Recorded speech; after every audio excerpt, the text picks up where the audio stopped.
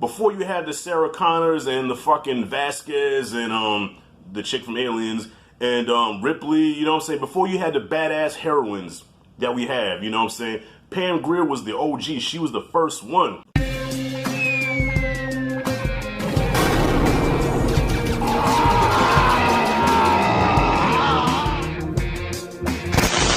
Uh-oh, it's on now. It is on now. Holy shit. So I got a special one for you today. Our tit for tat saga continues, me and Anthony A. Perez, but we're going to throw a little something extra in here today. We are being joined by a special guest. The man himself, Blacktastic Media, has joined us for this video. And it's necessary because we're talking blaxploitation, soul cinema, Foxy Brown. And Blacktastic is a big fan of the genre just like myself, so I had to have him come in here because I have a funny feeling Perez is not going to be feeling this. So if you're new to the channel, me and Anthony A. Perez has a series called Tit for Tat where we pick out movies for each other that we normally would not watch. So he picks out Disney movies for me most of the time, and I pick out a lot of black movies for him. And this time I got him in the blaxploitation era. I'm going to leave the link in the description for both channels, Anthony A. Perez and Blacktastic Media. So real quick, Foxy Brown stars Pam Grier, and I believe this is like her third or fourth starring role, because before she did a lot of women in prison films, you know, skin flicks, I love them. And then she did Coffee, which I'm going to be reviewing also, and then this one here. All right, so Foxy Brown, actually thinking about it, Foxy Brown and Coffee are almost the same damn movie. They have pretty much the same plot. Her boyfriend gets fucked up. Okay, he's an informant. He gets messed up, and she has to get revenge for what happened to her boyfriend. But in the midst of this, her brother, Link, played by the legendary Antonio Fargas, sells her out to the, I guess, the loan shark slash pushers that he works for. Sold her out. So, well, that's how the boyfriend got fucked up. Spoiler, like you care. And now she's on a mission to bring this organization down by posing as a prostitute to work for them. And that's pretty much the story of Foxy Brown. I'm going to give the floor now to Blacktastic Media. Bruh, what do you have to say about Foxy Brown?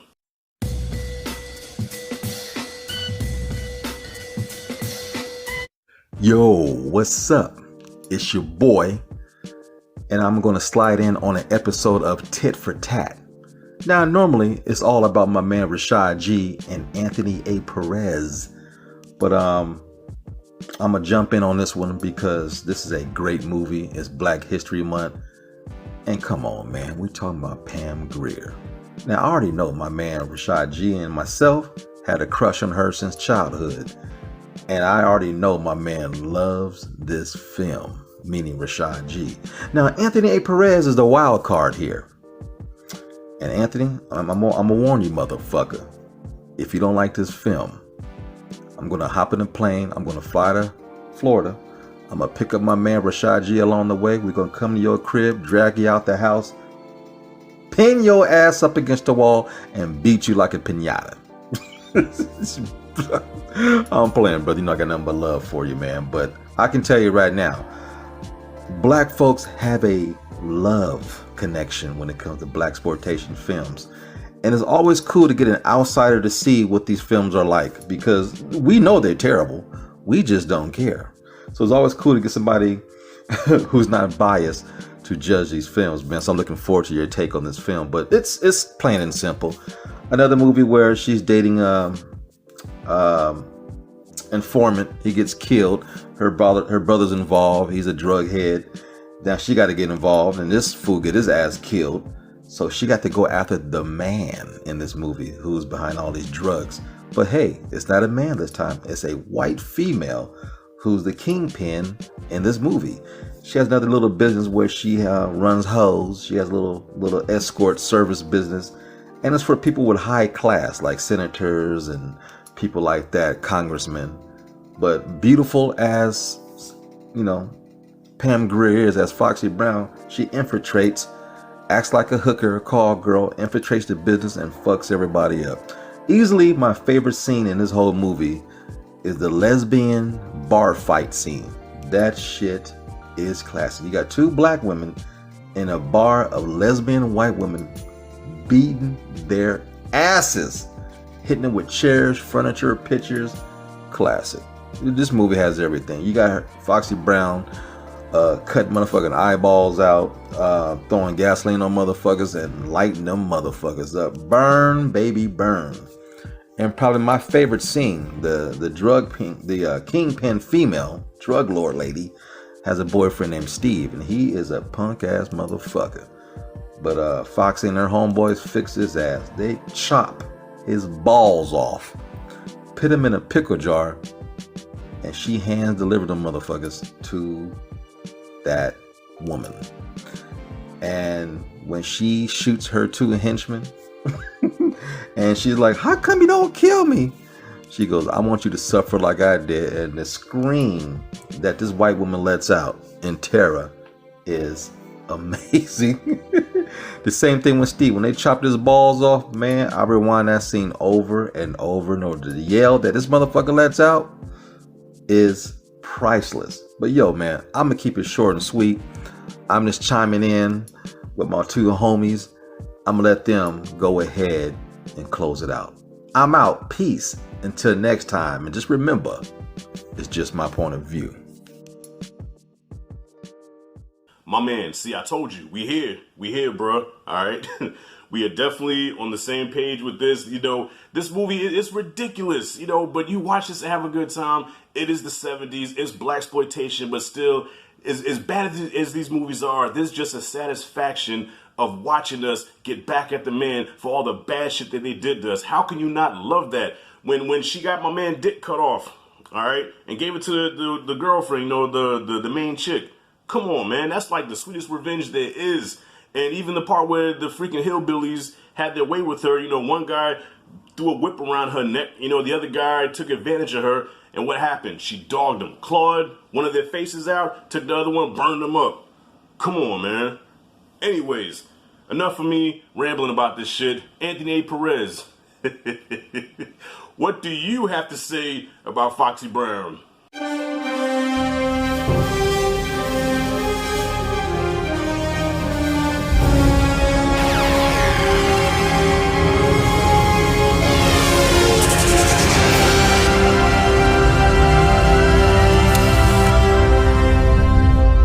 Going on, Rashad and all his viewers. Once again, my friend, thank you so much for having me in another video. This time you wanted me to check out Foxy Brown, a blaxploitation film from 1974, a film that I had never seen before. I knew who Pam Grier was, but I had never seen this film before. And what I could say about this film is that it was terrible.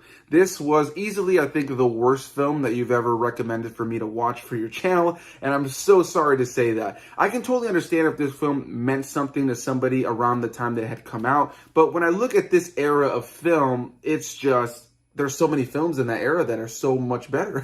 Films that came out just a few years prior or even the same year, or films that would just come out a few years later. It's just a few years away from Star Wars, which would revolutionize the film industry, so that's not necessarily a fair comparison, but it wasn't necessarily in this era with really bad or very cheaply made films. There were some really great films coming out at the time, and watching this film, yeah, this movie is just laughably bad. The second that the movie ended, my fiance and I looked over to each other and we're like, yeah, that was pretty bad. But we had a laugh with it, I can't lie. I was entertained throughout the course of the film, though my eyes were starting to get a little heavy near the end of the film because it was starting to drag and get a little bit boring. As far as the narrative goes and the performances go, they're terrible. The acting in this film was honestly what was keeping me entertained because of how bad it was.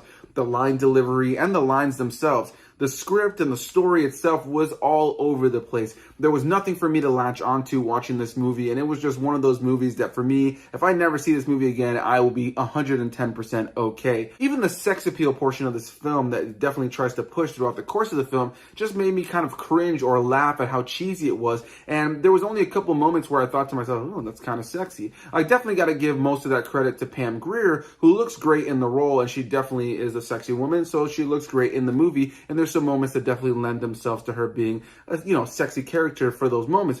But beyond that, man, this movie is just bland, boring, and terribly acted. I think without a doubt, the best part about this movie, beyond the very cheesy, over-the-top, terrible line delivery and performances overall, it would easily have to be the terrible, terrible action. Some of the fight scenes in this movie were so horribly bad. There are literally moments where you see somebody punch somebody and it's just like they're punching air, 110% missing who it was that they were punching, and sometimes they were just so far apart that it was just so clear that they weren't even in a fight. It made these moments super, super funny, and when these people would react to the punches, the way that they would just overact to kind of fall on the ground or fall up against a wall was absolutely hysterical, and I think without a doubt, that was the most entertaining element of this film for me. The editing in this film is atrocious. The acting in this film is atrocious. I guess I enjoyed the attire and some of the music of the film, but overall, on a story level, on a character level, on an action level, on a performance level, on a dialogue level, this was laughably bad, and I will probably never watch this movie again. But a big thanks to Rashad for having me here in another video and introducing me to a blaxploitation film that I've never seen before. I'm always open to seeing new films that I've never seen before, and though this film was not good, I'm happy to have seen it and be able to have it in my library of things that I've seen in my head. So a big thanks to Rashad for having me here in this video. As usual, if you guys are not already doing so, come over to my channel. That was my dog, if you guys heard that.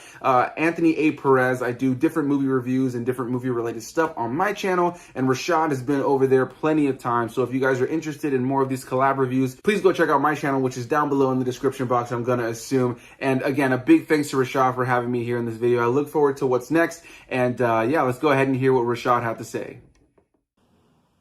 You know what? Be careful what you ask for. Because I always say, man, Perez never shits on any movies, man. I'm waiting for Anthony A. Perez rant. And I've heard you talk bad about movies, but you did still find something that you enjoyed about them.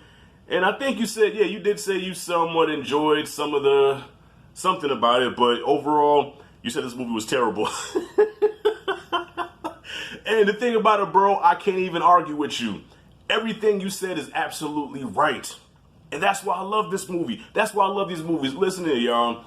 It depends on what kind of film I'm looking for, all right, or what kind of mood I'm in, you know. And I'm going to say this again, I sound like a broken record. You don't watch these movies for the acting. You don't watch them for the writing. You don't watch them for any intellectual enlightenment. You watch these movies to have fun. You watch these movies for the absurdity and to laugh at them. That's the point of films like this. At that time, during the 70s, these movies were like, they were on an assembly line, and they pumped out so many of them. After the success of Sweet Sweetback's Badass Song by Melvin Van Peebles, after that, the white, producers and the studio head said, there's a market for this. Black people go to movies, huh? All right, let's go. They threw out Shaft and Superfly and The Mac and Coffee and just so many movies, man. And then, just as quick as it came, is as quick as it went out. Once these movies started getting worse and worse, there stopped being a demand for them. They stopped making them. The doors were closed, and now a lot of black people are out of work, and it's sad. And Pam Grier is one of them. Pam Grier, was no exception. She got work in TV and stuff, and she had small parts and everything, but she's a leading lady. Before you had the Sarah Connors and the fucking Vasquez and the chick from Aliens and Ripley, before you had the badass heroines that we have, Pam Grier was the OG. She was the first one. Because even during the blaxploitation, like when it first started, it was a male-dominated genre. Okay, Ron O'Neal, Richard Roundtree, they were masculine men, and they showed them having sex with a lot of women and kicking a lot of ass and stuff. Pam Grier was the first female to come in and will break your heart and break your jaw. You know what I'm saying? She didn't play no games with your ass. She'll fuck the shit out of you, but then she'll blow your head off with a shotgun. That was Pam Grier, so put some respect on her name. She's the OG heroine. I have to acknowledge the unsung hero of this movie is Willie Hutch. He's the guy that did the music. Willie Hutch is up there with Isaac Hayes, you know what I'm saying? But he doesn't get halfway recognition of Isaac Hayes. But Willie Hutch made some fucking phenomenal music back in the 70s. Look him up, man. If you haven't heard of him, go to YouTube, type in Willie Hutch, and just go down a rabbit hole of some funk like you never heard, all right? He did the score of this movie. He did the music of this movie, and that was definitely the highlight, man. So this movie stars Pam Grier, Antonio Fargas, and Willie Hutch, all right? Put some respect on that man's name. Foxy Brown is a bad movie. I agree with Perez. I agree with Blacktastic, all right? I love this movie, but this is a terrible movie. So I agree with both of y'all brothers, man. And it's good to see different viewpoints from different generations, Blacktastic comes from an earlier time. Perez is more the newer generation. But I still love sharing these movies with you, bro, and just, you know, exposing you to the history of black cinema, all right? And next, you got Superfly, brother. Yes, sir. It's on like a pot of neck bones. So, yeah, I give Foxy Brown a B+ because on the absurdity level, I feel like we should have got more absurdity with it. I think it should have been more ridiculous because sometimes I think it took itself too seriously. And the part of the movie I did not like was when it got to when she started posing as a prostitute and she hooked up with this other chick who, the little subplot there where she was taken away from her husband and her kid, and the acting was so bad. It's just, I didn't care about that. You know, I feel we could have done without that. A couple of times I feel like this movie kind of went off the rails and veered off instead of staying what it was supposed to be. And I was Pam Grier kicking ass and getting revenge for her boyfriend, which I think Coffee did a lot better. You know what I'm saying? So with that being said, Foxy Brown to me gets a B. Enjoyable film, really ridiculous. But I feel like it should have been more ridiculous because I feel like with these movies, the more ridiculous, the better they are. You know what I mean? So, yeah, B is what I got for Foxy Brown. What did you guys think about the movie? Comment freely below. Let me know what you thought. If you like and did the content, hit that like and subscribe notification bell in the corner. And don't forget to subscribe to Anthony A. Perez and Blacktastic Media. The link is in the description below. This is Rashad G signing out. See you in the next video.